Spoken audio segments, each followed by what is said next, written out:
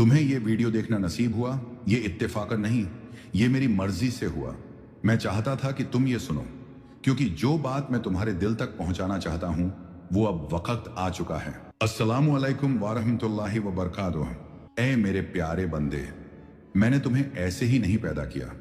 तुम वो नहीं हो जो तुम्हारी गलतियां बताती हैं।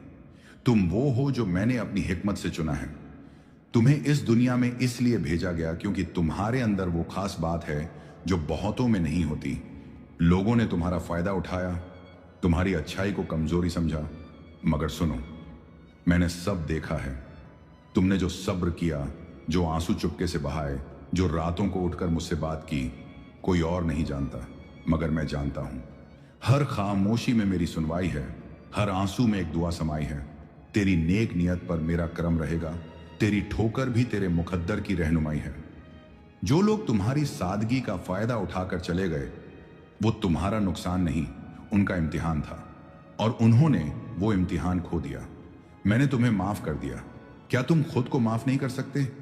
तुम्हारा मांझी पास्ट तुम्हारी कीमत तय नहीं करता, बल्कि तुम्हारा आज, तुम्हारा रब से रिश्ता, वो तुम्हें मकाम देगा।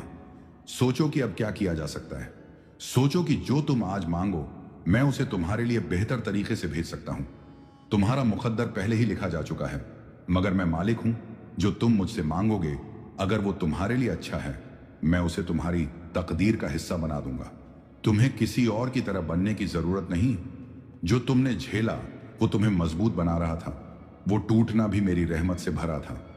हर बार जब तुम गिरे, तुमने मुझे पुकारा और मैं हर बार पास था। तेरे जख्मों में भी मेरी रहमत है, तेरे सन्नाटों में भी मेरी सदा है। मैं हूं और रहूंगा, कभी भी तन्हा मत समझना ऐ मेरे बंदे। क्योंकि जब तुम जानते हो कि अल्लाह तुम्हारे साथ है, तो हालात चाहे जैसे भी हों, दिल का इत्मीनान रहता है। जब तू कहता है या अल्लाह, तो मैं कहता हूं लब्बैक ऐ मेरे बंदे।